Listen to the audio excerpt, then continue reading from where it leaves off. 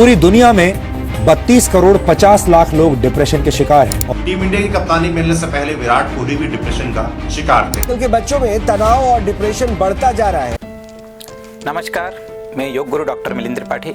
तो आज का हमारा टॉपिक है कि तनाव है क्या, तनाव होता कैसे, तनाव की परिभाषा क्या है। तो यदि हम तनाव का प्रबंधन करना चाहते हैं तो हमको जानना जरूरी है कि तनाव है क्या। एंजाइटी भी इसको बोलते हैं शुरुआती लेवल पे, फिर थोड़ा सा जब तनाव का लेवल बढ़ जाता है तो डिप्रेशन हो जाता है। तो अब ये तनाव हर व्यक्ति को होता है, ऐसा कोई व्यक्ति नहीं दुनिया में जिसको तनाव नहीं होता है। तो इस तनाव से बच कैसे सकते हैं, तो पहले तनाव को समझ लेते हैं कि तनाव होता क्या है। तो तनाव एक मानसिक विकार है। मानसिक विकार है मतलब उसकी मनोस्थिति के अंदर जब विकार उत्पन्न हो रहे हैं, मन में संघर्ष चल रहा है, मन में द्वंद्व चल रहा है, मन परेशान है। किससे परेशान? नकारात्मक विचारों से परेशान है। मन परेशान है कि उसके दिमाग के अंदर 24 घंटे में से एक लंबा समय नकारात्मक विचार आ रहे हैं, और उसके कारण क्या होता है, मस्तिष्क प्रसन्न होना ही बंद कर देता है। जैसे आपने कई लोगों को देखा होगा, उनके सामने खुद प्रसन्नता की बात करो तो भी वो एक सामान्य व्यक्ति की तरह बिना कोई प्रतिक्रिया दिए बैठे होते हैं, वो कुछ बोलते ही नहीं है। उनका मन बहुत तरह से विचलित होता है, अंदर अंदर बहुत घुटन उनको चलती है।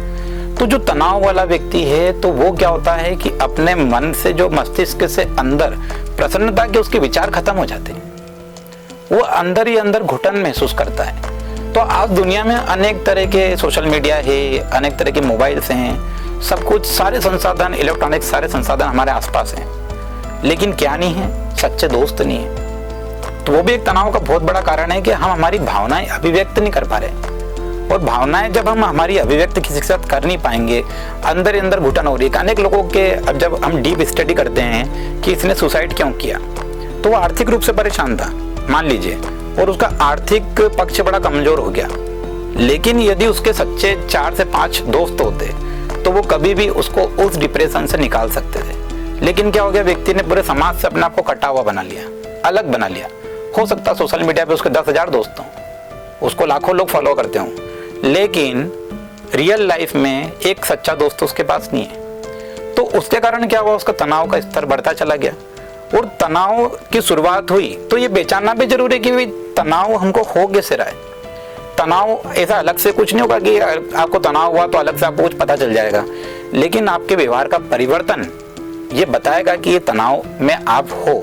अभी हम लेटेस्ट देखते हैं तो विराट कोहली ने एक अपना एक इंटरव्यू दिया, उसमें उन्होंने स्वीकार किया कि मैं लंबे समय से अच्छा नहीं खेल पा रहा हूँ, इस कारण से मैं अंदर ही अंदर दुखी हूँ, और मैं मतलब अपने आप से परेशान महसूस कर रहा हूँ और अपने आप को कमजोर महसूस कर रहा हूँ। लेकिन हमारे भारत में इतना स्वीकार करना बहुत बड़ी बात है।